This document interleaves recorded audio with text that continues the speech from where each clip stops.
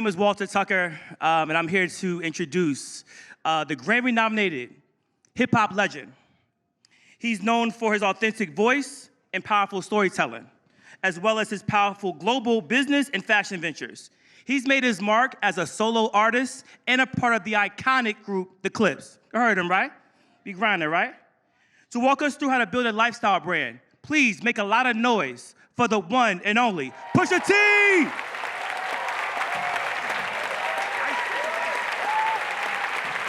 Give it up again, y'all. Pusha T, y'all.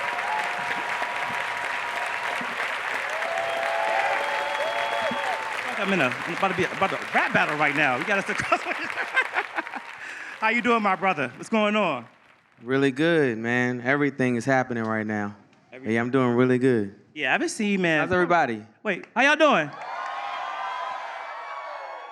Well, first, before we begin, I've told Pusha this before, but this for me is a full circle moment. I was an intern at Star Trek 2004. And as an intern, we weren't even allowed to look at the artists. You know what I'm saying? Do the work that we're asked you to do and be to the back. So to be able to be here to have a conversation with you 20 years later is amazing, man. So I appreciate what you've done for Virginia, for hip hop, just globally, the branding. So we appreciate you, my brother. Clap it up for Pusha T. Thank you. For sure. Thank you. For sure. So as we're starting off, I want to talk about just the beginning, right? Obviously, most people here know you for your musical journey. I remember you from The Funeral, actually, 1999. Y'all heard The Funeral by the Clipse, the track? Okay, if y'all haven't, YouTube, look it up. And I was on Napster just trying to download anything produced by the Neptunes, and I stumbled across a track called The Funeral, which was a part of exclusive audio footage, the first Clipse album that wasn't available at that time. It never came out. It got shelved. Come on, don't sugarcoat it. It got shelved. And then obviously you led into Lord Willing. From that beginning till now, what was that motivating factor that you said to yourself, I want to be a brand outside of just making music? What was that mindset? I've always had like some type of hiccup or hardship, like you just mentioned, in music. You're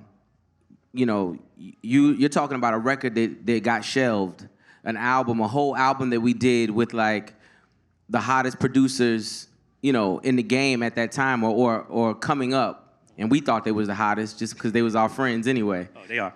But it's always been a thing about establishing who your super fan was.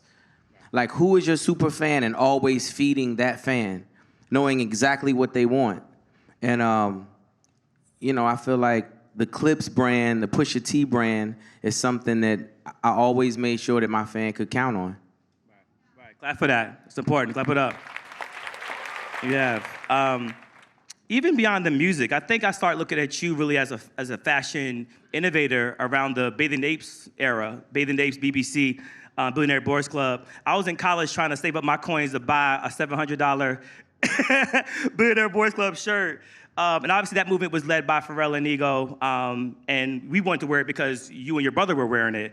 What lessons did you learn from that whole movement regarding how to brand yourself and how you can merge music and fashion? At that time, still at that time, we were at a point where the Clipse couldn't put out an album. This is the second hardship. This is Lord Willing. After Lord Willing came out, we had a hit single, Grinding. Things were looking up, and then we got caught in another label drama. What kept us afloat was a mixtape series called We Got It For Cheap mixtape series. Right.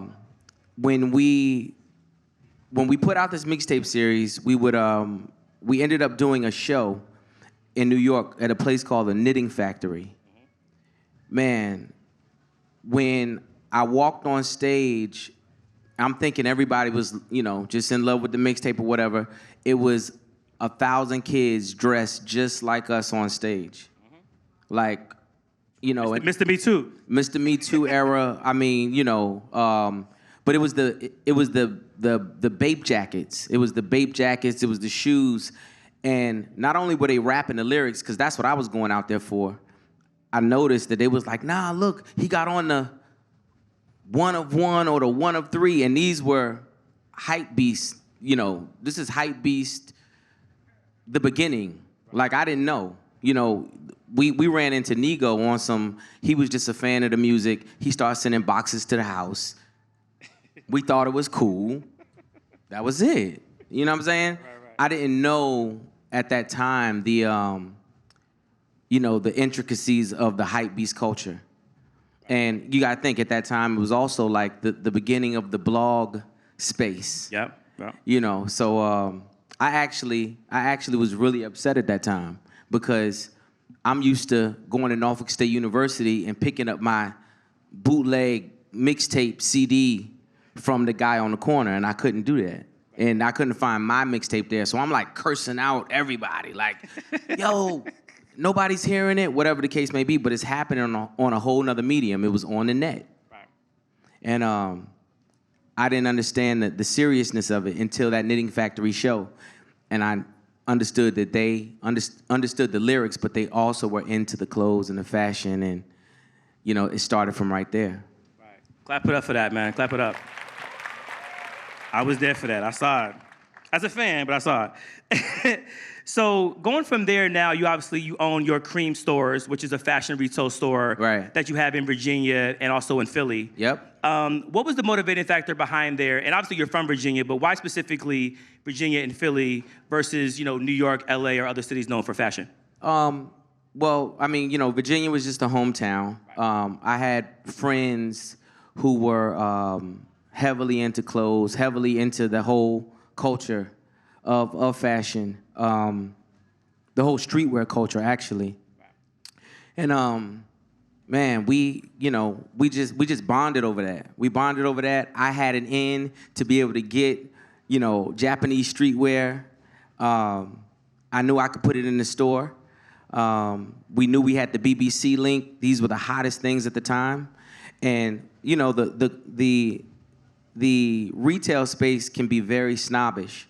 So it's like, if you have the two hottest brands, then that allows me to get every other brand that I ever wanted. Right. You know what I'm saying? So we just took full advantage of that. Had 2 stores in Virginia, and then, you end up, we ended up in Philly because of the Nike account. And at the time, and it's not at the time, it's like right now, when you want certain brands, they begin to tell you, listen, we need you in Philly. We need a space in Philly.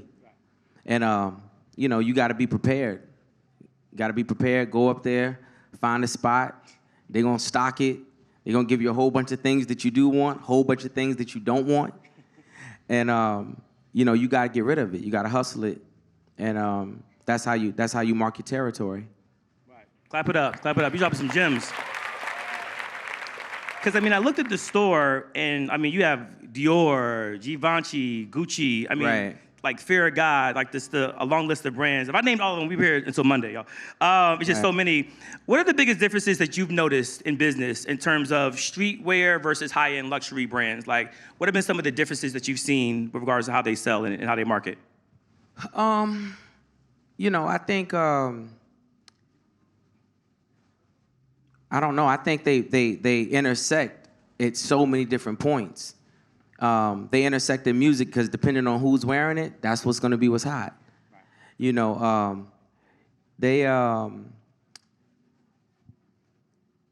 I've seen brands and I've seen brands be very snobbish to the store, and ultimately they always got to come back. They always come back and be like, listen, we like your business, we'd like to have it, but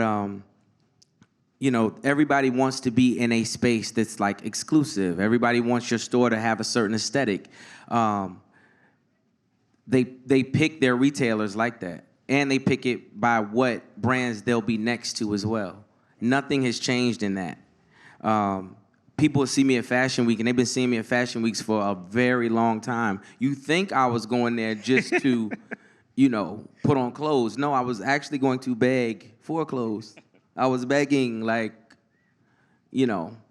partner Brock, he's like, hey, these people have denied us like 5 times. Can you please come? And, sometimes you really got to go. You gotta go and you gotta be there and you gotta sit in these meetings and you gotta tell them how you'll just pay up front and don't worry about it. And you curate your store for it. Sometimes you buy art for the store. You do things. They know the relationships with cars and things like that. They know the companions. They like, your clothes will be next to this. But it takes all of that. It's not just if you got the money, you can go do it. And, for a person like myself, that is hard. That's like hard to take. Like I come from a relationship. I come from a pay like you weigh era. You got to pay. If you can pay for it, you can get it. But like for somebody to tell you no and you can, and they tell you no multiple times and they want, to manipulate, your house or your store, it's like, it's tough, but you gotta play the game a lot of times. It's very humbling, like super humbling.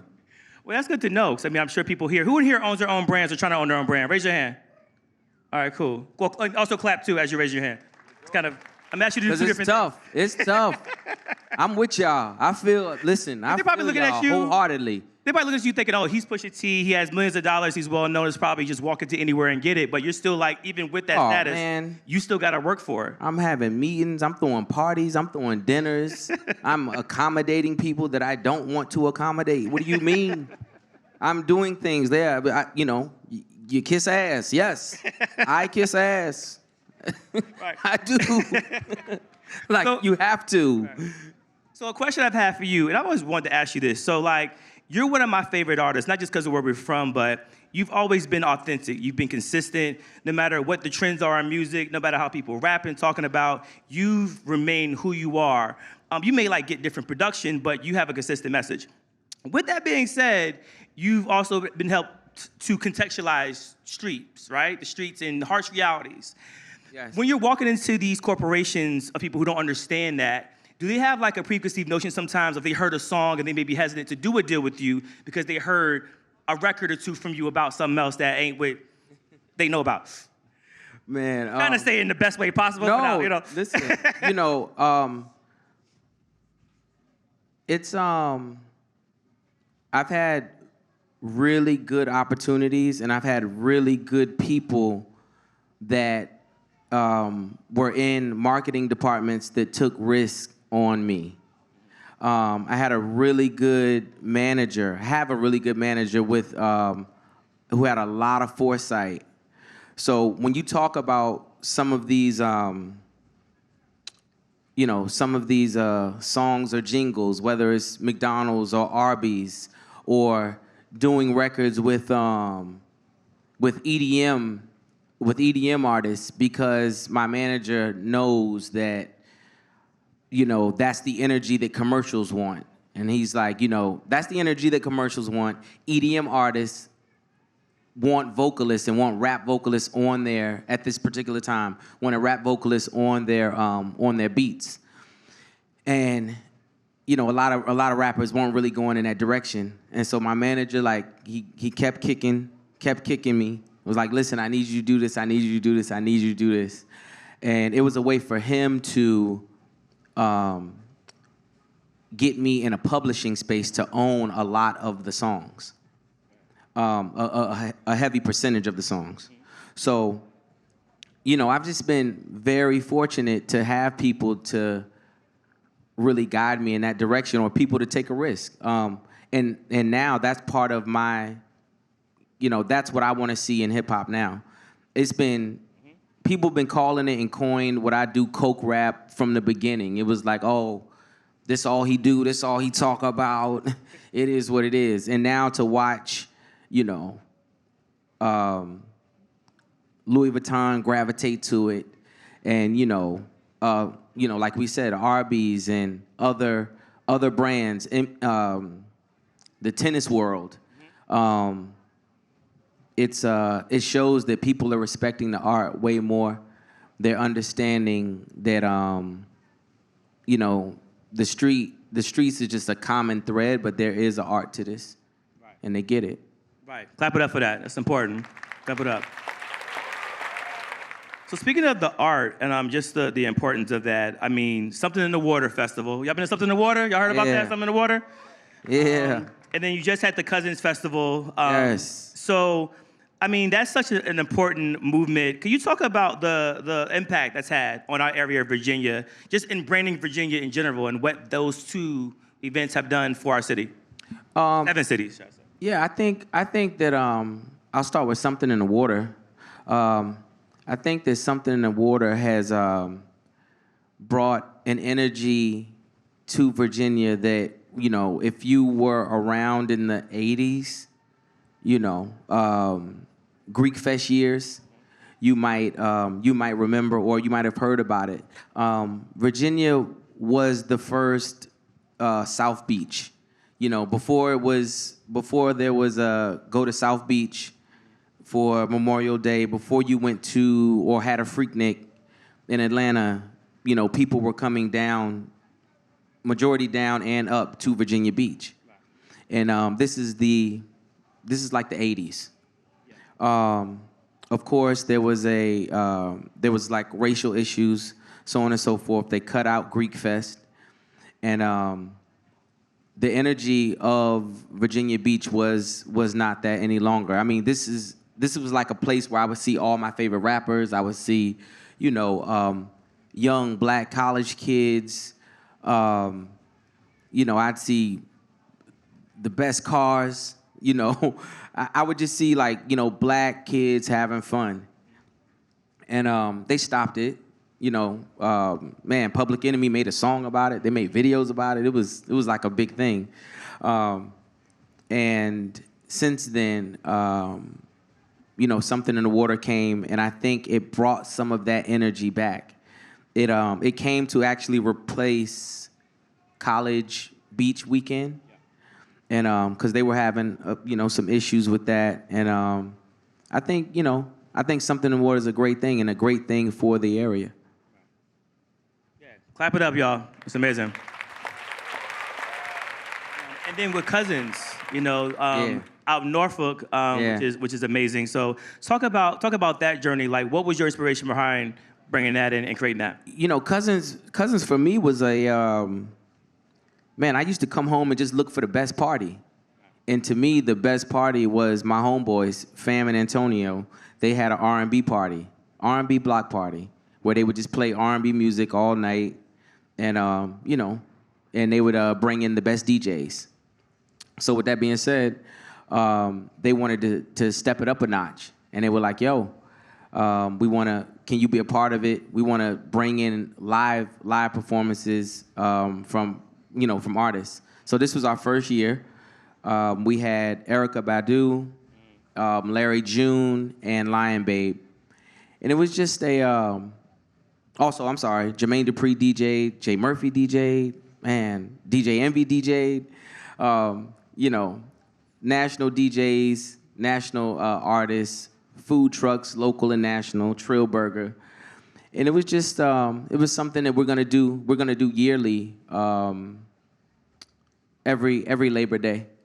And again, it's just, you know, give people that energy and bring that energy and show people that, like, man, the town is really that. Yeah. It's been that before, and it can still be that. Clap it up, y'all. Make some noise. Make some noise. It sure is. I mean, just not to be biased, because I'm from there, but it's really one of the most talented places in the world. From production, from rapping, singing, just the overall visionaries from my area. It's all inspiring, you know? Yeah. No, it really is. It's a place that's very segmented, though. Yeah. And I think that has a lot to do with how people view Virginia and how people view the artists that come there. Anywhere else in the world, it would just be, you know, everybody's just from Atlanta, or everybody's just from New York. You know, when Host came out a second ago, he was like, how many people from 703, 804, 757? All of these places are like an hour to 3 hours away from each other, and they're so separate. So it's kind of hard, like, you know, I'm noticing, and I've noticed that, like, man, kids in the 757, don't really know who's the hottest rapper in the 804 and Right. vice versa. And, you know, I was talking to Tommy Richmond. He has that song out. And Yeah, $1 Million Baby. yeah, and him and Shabuzi are from the same area, and they don't know each other. Now, Shabuzi got the #1 record, he got the #3, and they don't know each other. Right. And, you know, so it's like, it's kind of tough. It's kind of tough for everybody to pull together because everybody is so separate. And it's, you know, it's for no reason. It's I mean, nothing. It's just distance. I'm guilty of that too. They be like, "Are you from Virginia?" I'm like, yeah, 757, all that. Yeah, right. You know what I'm saying? But we're all one state. We're all one, you For know. sure. We're unified. But I think that definitely has hurt the growth of the music, though. Yeah. Definitely. Yeah, no, for sure. So, well, speaking of just the talented artists there, I think we first met a couple years ago due to Airwave, your own music company where you are signing artists from our area. What was that a part of the goal as far as unifying the state and highlighting those artists? For sure. It was simply just about giving artists a platform and sort of trying to give a tutorial on how to like embrace your neighbor. If your neighbor's dope and he rhyme or she sing or whatever the case may be, like, yo, throw some light on it. Like, understand it. Like, yo, you can be a fan of somebody that you know. You know, I think that's always been a problem. Like, I will never forget, man, when we first came out with Grinding, the radio DJs told me that they didn't like it and they weren't gonna play it unless they remixed it. The people in the town was like, yo, y'all need to rap more like Wu-Tang. And I was like, damn. And I love Wu-Tang. Right, but I was like, right. but I don't wanna rap like Wu-Tang. I wanna rap like me. And, you know, I just think that Virginia is a place where, unlike other places, like even Atlanta, like, you know, there's a camaraderie and there's like a way in which they grow their homegrown talent. It's an infrastructure thing. It's like you can hear it on the radio, you can hear it in the clubs. You know, there's a whole community that we, you know, because of how music infiltrated our area, we never established that infrastructure. So Airwave was trying to, you know, be the start of that. Right. Clap it up for that. Clap it up. It's so important, man, because, you know, with your journey, you talked earlier about just having one album that was shelved and coming back with another project, and then after that, having label issues. It's important to be able to have somebody like yourself still mentor newer artists in the game, because that's the only way they're gonna learn how to grow. There's so many times where we have some of the older legends, they'll talk so badly about the state of the culture, but they're not necessarily helping to improve it by sharing wisdom. It's just criticism. So I'm not that guy. so who did you have? Just, I mean, obviously like Pharrell and Kanye, but like, were there any other mentors in the game with them that helped you with moving and maneuvering? Man, I've always found inspiration in all the greats. You know, I look at someone like Jay-Z. He's always been competitive. He's actually, to me, a person who has navigated and has showed that like hip hop doesn't have to age out. Right. We never saw that. Everybody did take your, you know, a lot of people and forefathers and people that I love did take your stance and was like, you know, but it was greater when, you know, it was 89 or whatever the case may be, and they didn't embrace what was coming up next.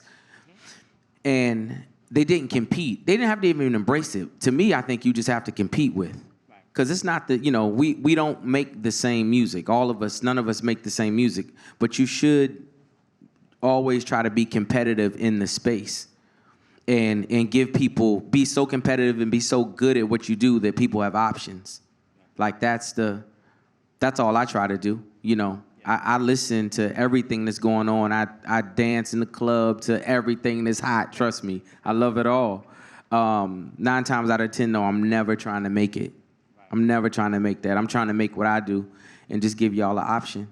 Right. No, glad for that. I love it. the authenticity. And speaking of which, I want to go to one of my favorite collaborations that you've done, Nostalgia. Yeah. Y'all heard of Nostalgia? 20 plus years of selling? Okay, cool, all right. Featuring Kendrick Lamar, because I think that record was, 2013 or something like that? Yeah, I think something so. around there, yeah. And so I've never compared you to anybody, and I haven't compared him to anybody, but if I had to put two people that are closely related, I think about you and him, just in terms of high-level lyricism, storytelling, authenticity, community-based, family-based, battle when necessary. I won't touch on that, but and won both. So when you see somebody like him, who's in a similar vein, come from developing to now heading the Super Bowl, what do you view his branding and his impact on the game? Man, it's amazing. Like, you got to think, I'm sure people have said and have told him his whole career, like, oh my God, you rap good, you're great, but you rap too much. You need to make a song like this. You need to do that. It's amazing to watch him be exactly who he is, be the lyric king. And people who never even listen to lyrics are like reciting his freestyles, his battles, his songs. It's great to watch. And it's great for what it is that we do in lyric-driven hip-hop. Right. It's great to see. Right, I love it, man. Clap it up for that. That was amazing. I'm sure some folks probably was put on to him by that record, for those that weren't aware. So that's a full circle moment. So I want to talk about just the people here. Again, who has brands? Raise your hand. Okay. Who are artists? Raise your hands, artists. Okay. Who is just creative, trying to be creative and get put on? What y'all trying to do? All that. Okay, cool. For them that are here tonight, like in terms of the artists and entrepreneurs, what is one of the biggest lessons that you learned regarding branding and marketing that you can share with them to be mindful of when they're trying to, amplify what they're trying to do? I think that you can never compromise as far as like, if this is about what you love, you can only sell something that you love. These kids are smart today. They see through it. They see through when you faking. Like, listen, people will ask me, I got like real friends that like be like, man, can you post this? And I'm like, no, because they're gonna know that I'm lying. They know I don't like this. And I love you, but I just can't do it. You know what I'm saying? Like, but kids are smart. Everybody is smart. Everybody's fast. Everybody's witty. Like, the phone has made everything like we see through everything. We all do.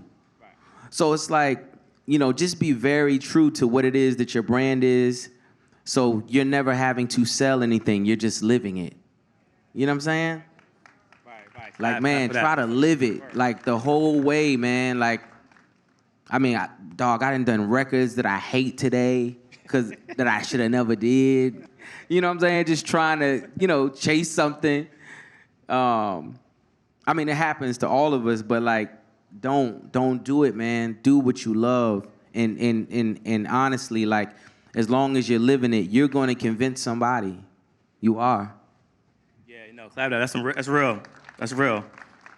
I'm gonna ask you later what songs were those. I'm just curious. I'll tell you.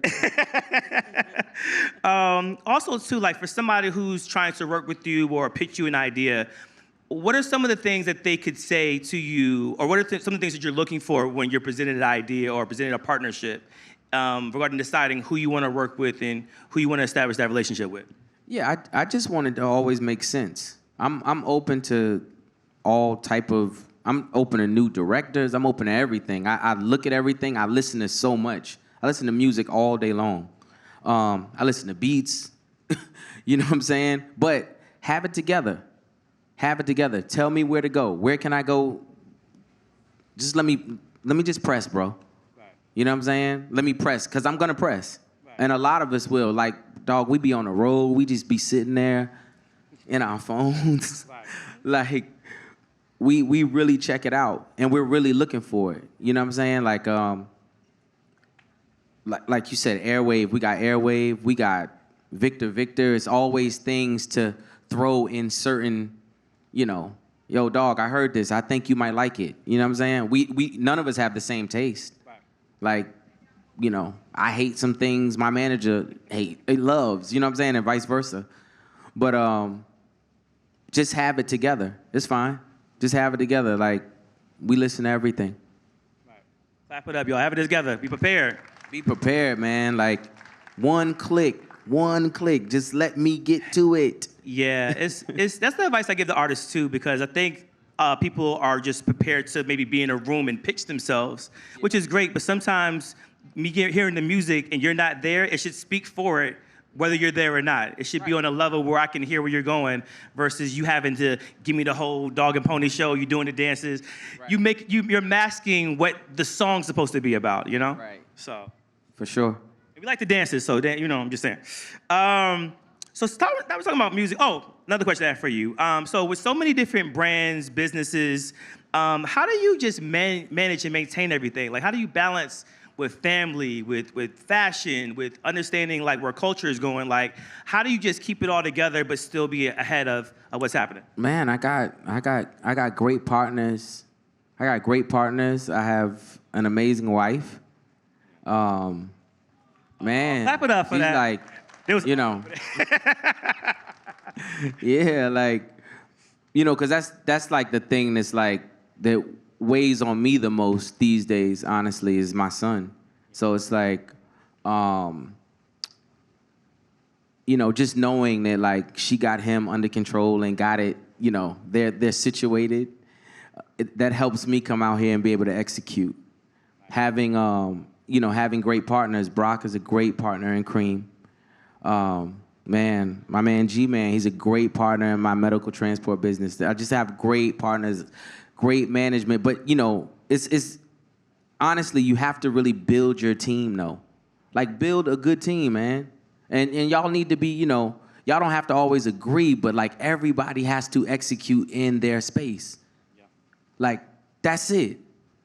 Y'all can disagree, but y'all can, definitely come to a common ground when it's time to, really, hit that bullseye. Right. But build your team. Like, it's never just one person. Yeah.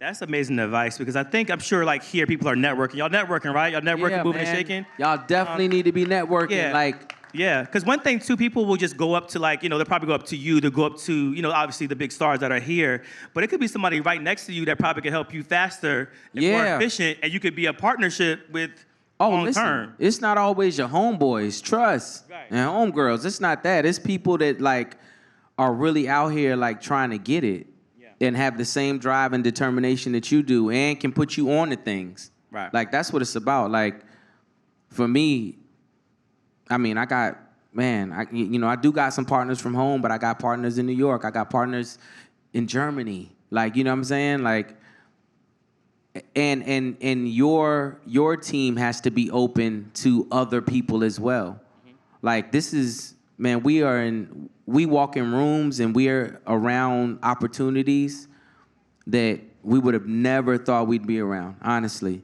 And people bring us opportunities from all over the world.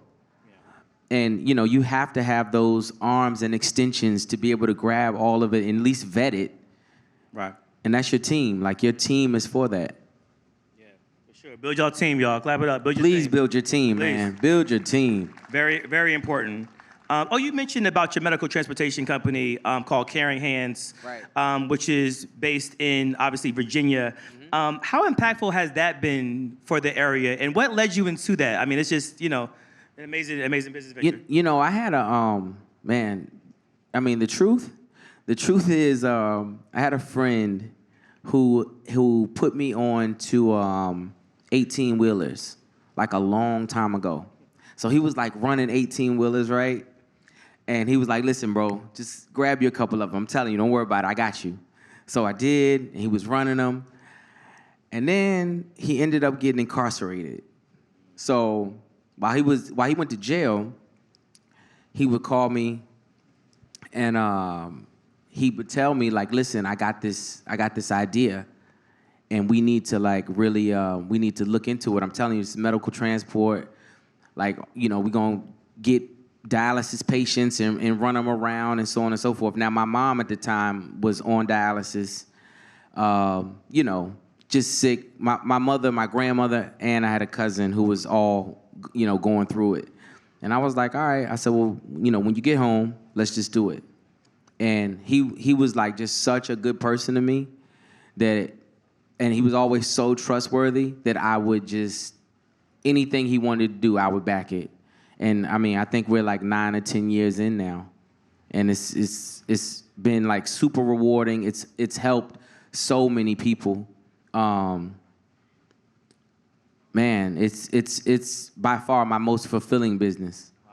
For real. And like, you know, you playing with like government money, insurance money. It's like, like, you know, ain't nothing worse. Oh, y'all retailers, ain't nothing worse than going in your stock room and seeing all them clothes. You might have paid your bills, but all your money is in clothes. I know you be pissed, because I be pissed. It's by far my most rewarding business. It's like, you know, all the Dior it's there. But bruh, when y'all don't shop, right, yeah, it's there. It's there. I be sick. I promise. Right, so, well, clap it up again. Clap it up for that. I just love hearing that, because I think some of the other businesses that people, you know, get marketed as like fashion and all those things, and that's amazing. But when you're talking about like medical transportation and helping people, and I think that's a beautiful thing. They're giving me 5 minutes, but okay. So as we're wrapping up, we talked about music, we talked about family, and so it's only right we talk about like the Clipse. You know what I'm saying? The Clipse, y'all. You know. Yeah. So. Clipse album. I text you last month about this, but you know, you've been doing some interviews and mentioning there may be a Clipse album down the way. It's 1,000% a Clipse album in my phone right now. Oh, in the phone. Y'all got an aux? Can we get? No, but is there anything else you would like to say about when we could expect that, or anything that we should be looking out for? Really soon. It's here. Like, it's right here. I promise you. Like, it's right here. You know, yes, man, I'm waiting on my feature, bro. I gotta wait on my feature. And I'm hoping that comes through very soon. But the album is incredible. The Clipse is one of the best duos ever. Yep. And we're gonna show it and prove it. Sure. And it's just been so amazing to be back in the studio with my brother. Yeah. There's a level of like loyalty and brotherhood that is unmatched, and I didn't even know I missed it that much until getting back in with him and just like moving around with him and realizing like you got somebody, and he's like my older brother too, so like, you know, it's certain things I don't even have to do because he's just like that type of person. He's always been that older brother to me, and it's just really good, man. The album is incredible. Incredible. Produced top to bottom by Pharrell. Wow. That's big. It is, man, I wish I could plug up the aux. Trying to get as much information as I can from y'all. I promise. I plug up the aux and tear the roof off this shit. I promise you. We have to come back. We have to come back and get us. I promise. Well, he's saying that hypothetically. Bro, I promise I could. I'm telling you, the joint is right here in my notes. Well, we're not gonna press them too much, but listen, it ain't even no pressure. How about that? The shit that good. I know it's that good. It's not. Well, you know me. I've been, you know, on your line. I'm gonna hit you. Yes, sir. Right. Well. Well, first of all, man, again, I'm just so humbled again to be here tonight, man. You really Star Trek. But even